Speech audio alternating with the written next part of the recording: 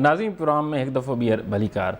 Programme के हिन हिस्से में असां ॻाल्हि ॿोल कंदासीं कराची के पानी फराहम कंदड़ केबी फीडर में पानी की फराहमी 1355 क्यूसिक में घटिजी 1320 ताईं पहुची वही है। कींजर ढंढ में पानी की सतह डेड लेवल जे वेझो पहुची वही है। पानी की सतह 56 में घटिजी 48 फुटन ते हींअर अची वही है।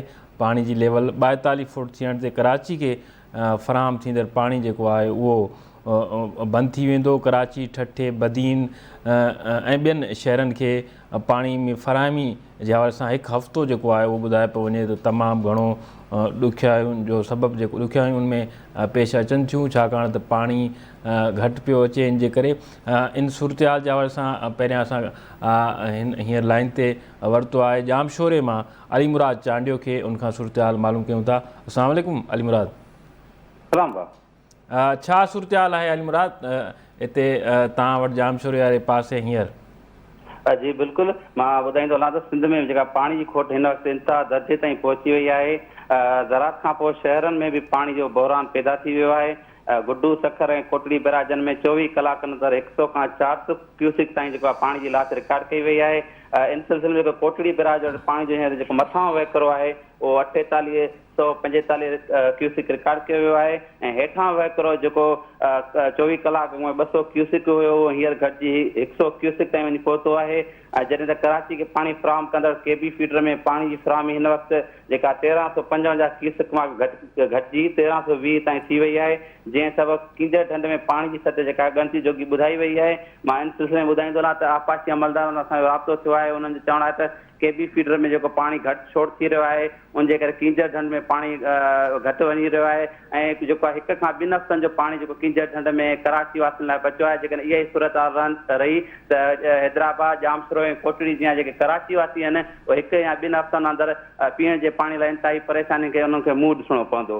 जी अच्छा अली मुराद, उते जेके वेझा इलाइक़ा आहिनि उते पीअण वारे पाणी जे हवाले सां छा सूरतहाल आहे? उतो जी इंतिज़ामिया हींअर ज़ाहिर तव्हां ॿुधायो त उन्हनि बि इहो ख़दशो ज़ाहिर कयो आहे त वधीक खोट पैदा थी सघे थी, त इंतिज़ामिया को उपाउ वरिता आहिनि इन सूरतहाल खे कंट्रोल करण लाइ? जी बिल्कुलु, जेका जामशोर इंतिज़ामिया आहे हिन वक़्तु ताईं पाणी जी खोट खे बहिरान खे मुंहुं ॾियण लाइ के बि जोगा इंतज़ाम न कया आहिनि। तलाउनि में हिन वक़्तु जेको पाणी मौजूदु आहे, जेको वाह जो हेठिएं सतह जो जेको पाणी आहे उहो तलाउनि में मौजूदु आहे, जेको बदबूदार थी चुको आहे, जेको शहरियुनि खे फराहम थी रहियो आहे। उन खां अलावा जेका केबी फीडर तां पाणी चोरी करण लाइ जेके कार्रवायूं थियण घुरिबियूं हुयूं उहे न थी रहियूं आहिनि, जंहिं करे टैंकर माफ़िया हींअर सरगर्म थी वई आहे ऐं जेको आहे वॾे पैमाने ते पाणी जेको आहे केबी फीडर तां वॾे पैमाने ते पाणी चोरी थी रहियो आहे ऐं टैंकर माफ़िया जेको आहे महांगे अघ ते शहरियुनि जो फ़ाइदो मजबूरी जो फ़ाइदो वठंदे टैंकर महांगे अघ ते विकिरो करे रहिया आहिनि, जेके शहरी सख़्तु परेशानियुनि खे मुंहुं ॾेई रहिया आहिनि।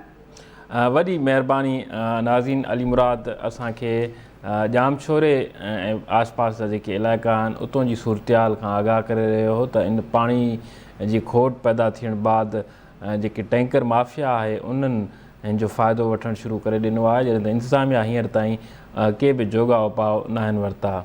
के बि फीडर में पाणी जी खोट जे हवाले सां असां हींअर राब्तो कयो आहे ठठे मां आवाज़ टीवी जे रिपोर्टर रशीद जाकरो सां। उनखां मालूम कयूं था त कींजर वटि छा सूरतहाल आहे पाणी जी, ऐं पाणी जी सतह जेको ॿुधायो वियो आहे त घटिजी वई आहे, जेका मजमूई तौरु 56 मां घटिजी 48 फुटनि ताईं अची वई आहे ऐं ॿुधायो वियो आहे त जेकॾहिं 42 ताईं अची वई फुटनि ताईं त कराची खे फराहम थींदड़ पाणी जेको आहे उहो बंदि थी वेंदो। इन हवाले सां रशीद सां असां ॻाल्हि ॿोल कयूं था। अस्सलाम वालेकुम रशीद। वालेकुम सलाम। रशीद ॿुधाइजो छा सूरतहाल आहे कींजर वटि पाणी जी? हाँ जी, कींजर वक़्तु सिंधु दरिया मां केबी फीडर ज़रिए कोटड़ी बिराज मां केबी फीडर अपर जे ज़रिए जॾहिं पाणी छोड़ कयो वञे थो कींजर ढंढ में ऐं कींजर ढंढ में हींअर हिन वक़्तु 48.55 पाणी सतह आहे, जॾहिं त घटि में घटि हिते नॉर्मल सतह जेकी हुजणु घुरिजे सा बि 53 आहे ऐं जॾहिं त पाणी खाते वारनि जो इहो चवणु आहे त 46 जे खां बि हेठि जेकॾहिं वेही त इहा ख़तरनाक सूरतहाल थींदी ऐं फिराम सख़्तु जेको पाणी जी खोट जे करे।